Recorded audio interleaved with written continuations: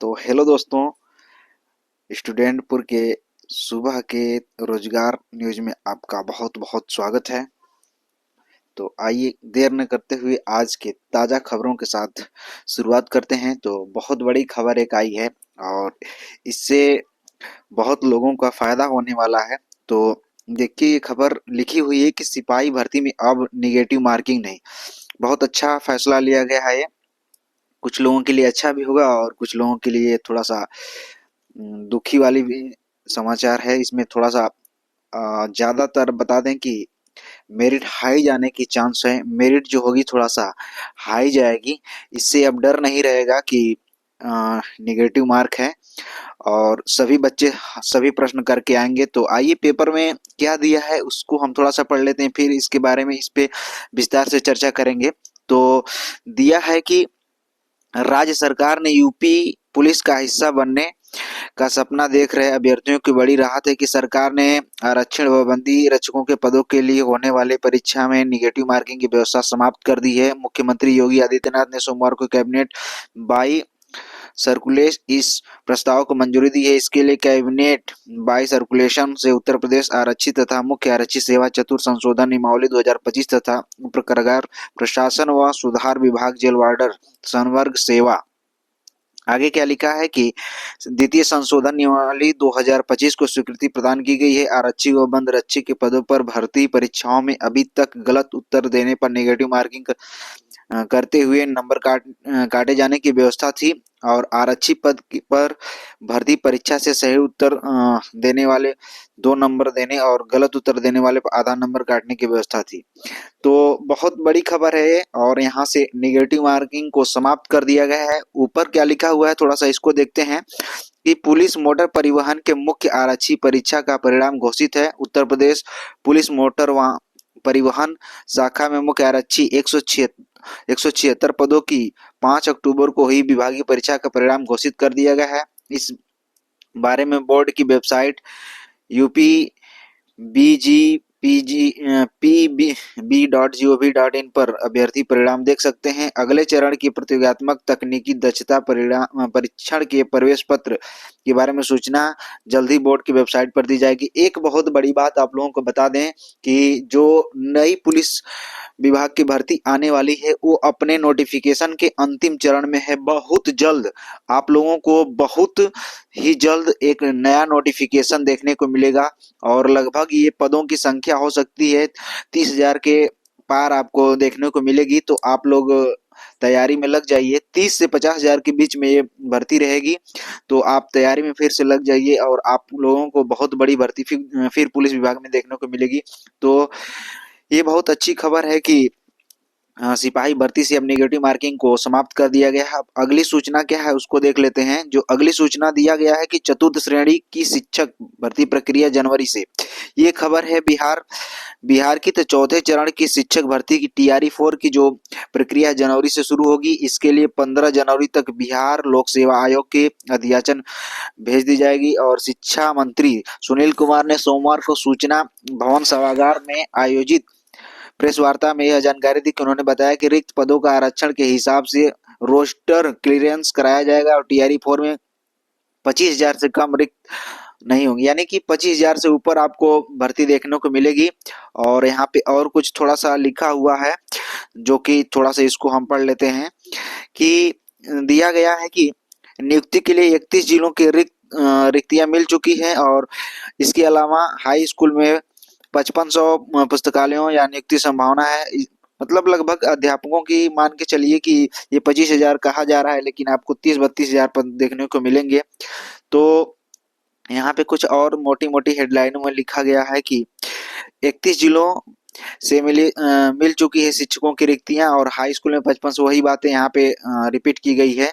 और थोड़ा सा छोटी चीज में बहुत मोस्ट इम्पॉर्टेंट खबर दी गई है। तो यहाँ पे आप देख सकते हैं कि स्कूल के दौरान शिक्षकों और अधिकारियों को रील्स बनाने के सवाल पर शिक्षा मंत्री ने कहा कि गलत काम करने वाले पर कार्रवाई होगी। उन्होंने बताया कि भ्रष्टाचार के मामले में बेतिया और किशनगंज जिला के शिक्षा पदाधिकारी जबकि मुजफ्फरपुर के क्षेत्रीय शिक्षा उप निदेशक पर कार्रवाई की गई है। अगर आप पठन पाठन के दौरान अगर गलत तरीके से आप रील बनाते हैं तो आप पे कार्रवाई निश्चित है, तो इसका आप लोग ध्यान रखें और इसके बाद अपना पठन पाठन का कार्य करें।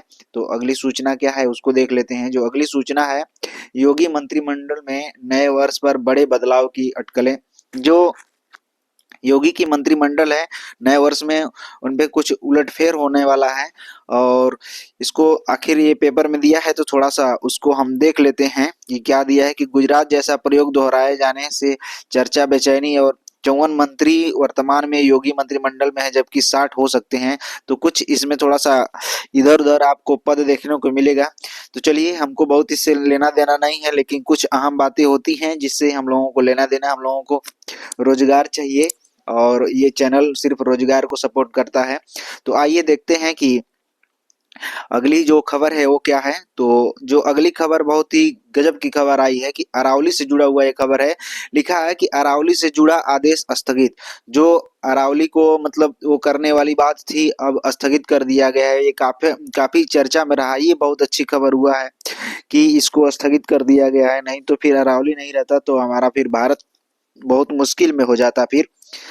तो कुछ और दिया हुआ है, थोड़ा सा हम इसको देख लेते हैं कि क्या दिया हुआ है। यहाँ पे दिया है कि सुप्रीम कोर्ट ने अरावली पहाड़ियों और पर्वतमालाओं की नई परिभाषा स्वीकार करने वाले अपने आदेश पर फिलहाल रोक लगा दी है। मामले में सुनवाई 21 जनवरी 2026 को होगी।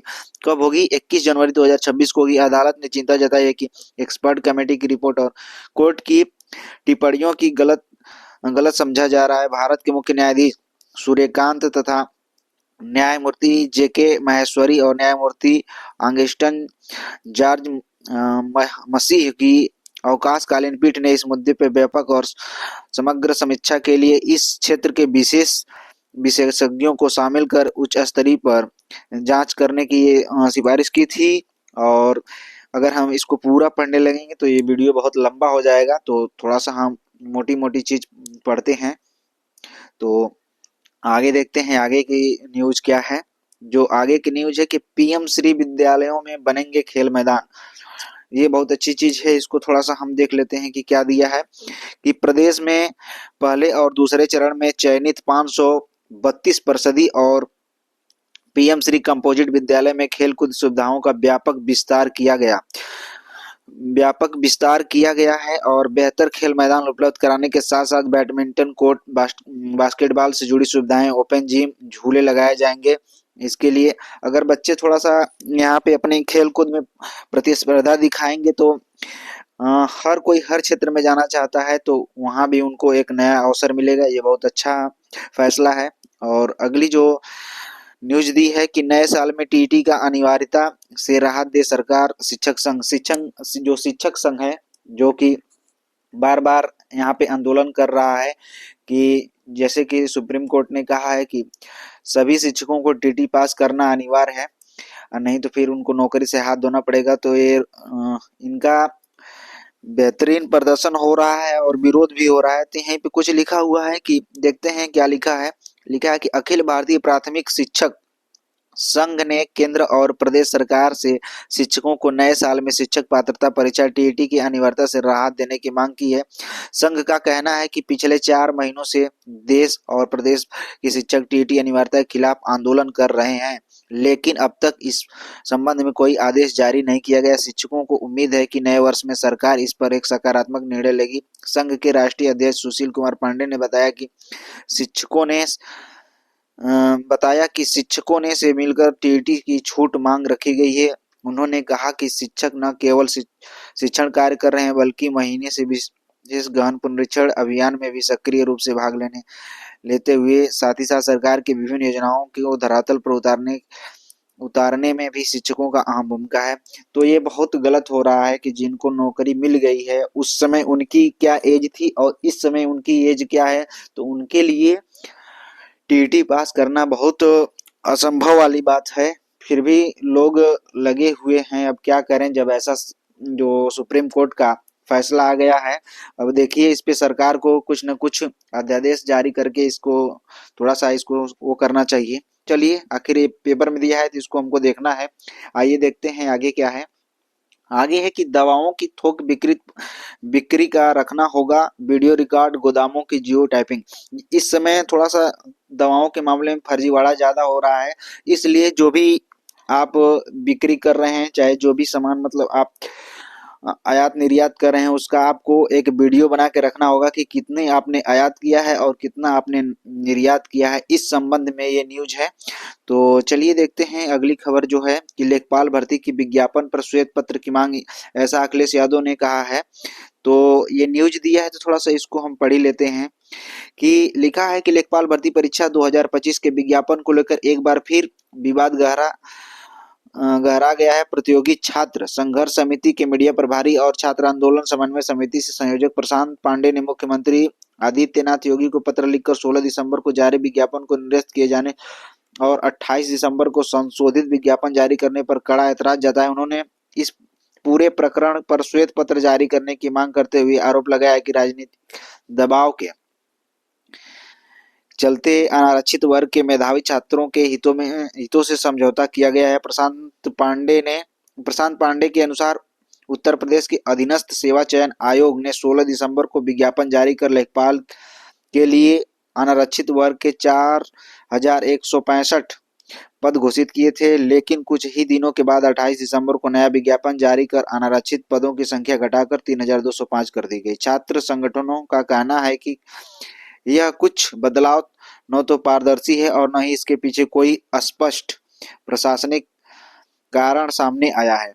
तो ये विवाद बहुत लंबा था और इसके बाद ये फिर से इसका विज्ञापन संशोधित करके दे दिया गया है और ये कल से आवेदन हो रहे हैं। तो जो जो छात्र पेट में मतलब क्वालिफाई हैं वो अपना आवेदन करें और इसका अच्छे से तैयारी करें जिससे कि आपका एक अच्छा जॉब लग सके। तो चलिए अब हम अगली कुछ वैकेंसियां दी हुई हैं उनके बारे में देख लेते हैं। तो इंडिया पोस्ट से लगभग 48 पदों पे एक ड्राइवर की भर्ती आई हुई है और जो अंतिम तिथि उसकी है 19 जनवरी बताई गई है। और शैक्षणिक योग्यता किसी मान्यता प्राप्त विश्वविद्यालय संस्थान से अधिसूचना में वर्णित वंचित एवं समकक्ष योग्यता होनी चाहिए। आवेदन आप जाके इस पे कर सकते हैं। तो एक भर्ती यहाँ पे निकली हुई है, इसको देख लेते हैं कि मेट्रो रेलवे कोलकाता 128 अप्रेंटिस पद पे है और किसी मान्यता प्राप्त बोर्ड संस्थान से 10वीं नेशनल ट्रेड सर्टिफिकेट और उनके समकक्ष होना चाहिए, ITI वगैरह होना चाहिए। तो आप इस वेबसाइट पे जाके आप इसका आवेदन कर सकते हैं। तो अब देख लेते हैं कुछ NHIDCL में 48 सीनियर मैनेजर और अन्य पद पे भर्ती हुई है और इसका आप लोग स्क्रीनशॉट ले सकते हैं और ये वेबसाइट दी हुई है और इस पे जाके आप आवेदन कर सकते हैं। कुछ नीचे भी भर्तियां दी हुई है जिसका आप स्क्रीनशॉट ले सकते हैं, जो इसकी वेबसाइट है यहाँ पे दी गई है और अंतिम तिथि यहाँ पे है। तो आप इसका जाके आवेदन कर सकते हैं। और वही चीज जो हम अभी न्यूज में देख चुके हैं, वही एक खबर यहाँ भी छपी हुई है कि पीटी परीक्षा में पूर्व घोषित कटऑफ को की CM से मांग की है और ऐसा करना चाहिए। एक कटऑफ निर्धारित करना चाहिए पेट को यानी अधीनस्थ सेवा चयन आयोग को कि कितने नंबर तक कितने बच्चे क्वालिफाई करके, और पीटी को लगभग और थोड़ा सा इसका वैलिडिटी बढ़ा देना चाहिए, 3 साल के बजाय इसको लगभग 5 साल कर देना चाहिए कि जिससे कि बार बार बच्चों को ये पेपर न देना पड़े, उनका जो समय है वो पर्याप्त बचे और इसके साथ साथ आने जाने का जो समय होता है, खर्चा होता है, पैसा होता है, सब कुछ बचे और अपनी तैयारी बेहतर कर सकें। लगभग इसको 5 साल कर देना चाहिए। और यही कुछ यहाँ पे लिखा हुआ है कि प्रारंभिक आर्ता शिक्षक भर्ती पीटी में पूर्व घोषित समान कामन कटा पर निर्धारित किए जाने की मांग को लेकर पीटी अभ्यर्थियों की ओर से मुख्यमंत्री को एक विस्तृत प्रतिवेदन भेजा गया है। उत्तर प्रदेश अधीनस्थ सेवा चयन आयोग अध्यक्ष और उप मुख्य सचिव को भी पत्र के जरिए मांगों की जानकारी दी गई। अभ्यर्थियों का कहना है कि पीटी का उद्देश्य विभिन्न विद्या भर्तियों के लिए योग्य अभ्यर्थियों के मुख्य परीक्षा तक पहुंच प्रदान करना होगा, न कि अंतिम चयन करना होगा। इसके बावजूद वर्तमान व्यवस्था में कट ऑफ न तो पहले से तय होती है और न ही घोषित की जाती है।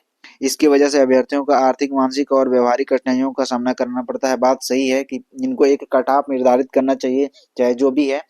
जो 60% जैसे टेट वगैरह में निर्धारित होता है 60% और 65%, तो इसी प्रकार इसमें भी आपको एक कट ऑफ निर्धारित करना चाहिए पहले में या बाद में, जिससे कि बच्चों को मानसिक उत्पीड़ना ना झेलनी पड़े। तो आगे देखते हैं कि कौन सा न्यूज दिया है कि सहायक शिक्षा विकास पदाधिकारी की परीक्षा स्थगित हो गई है। और ये खबर है बिहार से है, तो जिनका ये पेपर था वो अब इसको निरस्त कर दिया गया है।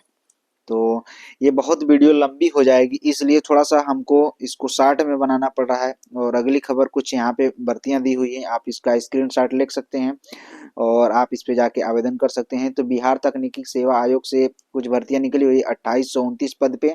आप यहाँ पे वेबसाइट दी गई है और फीस वगैरह दी गई है, आप इसको स्क्रीनशॉट लेके आप इसका आवेदन कर सकते हैं। नीचे कुछ भर्तियां हैं, आप इसका स्क्रीनशॉट ले सकते हैं और लेके आप अप्लाई कर सकते हैं। और देख सकते हैं कि 7 जनवरी जो है इसका अंतिम है, उसका 12 जनवरी फॉर्म की लास्ट डेट है। वेबसाइट दी गई है, यहाँ पे जाके आप लोग आवेदन कर सकते हैं। ये पद वगैरह दिए गए हैं, आप इसे देख सकते हैं। और कुछ भर्तियां नीचे भी हैं, आप इसे देख सकते हैं अच्छे से और आप इस पे जाके आवेदन कर सकते हैं। अगर ये वीडियो आप लोगों को अच्छी लगती है तो प्लीज़ इसको ज़्यादा से ज़्यादा आप शेयर करेंगे। और पूरा वीडियो देखने के लिए आप लोगों का बहुत बहुत धन्यवाद।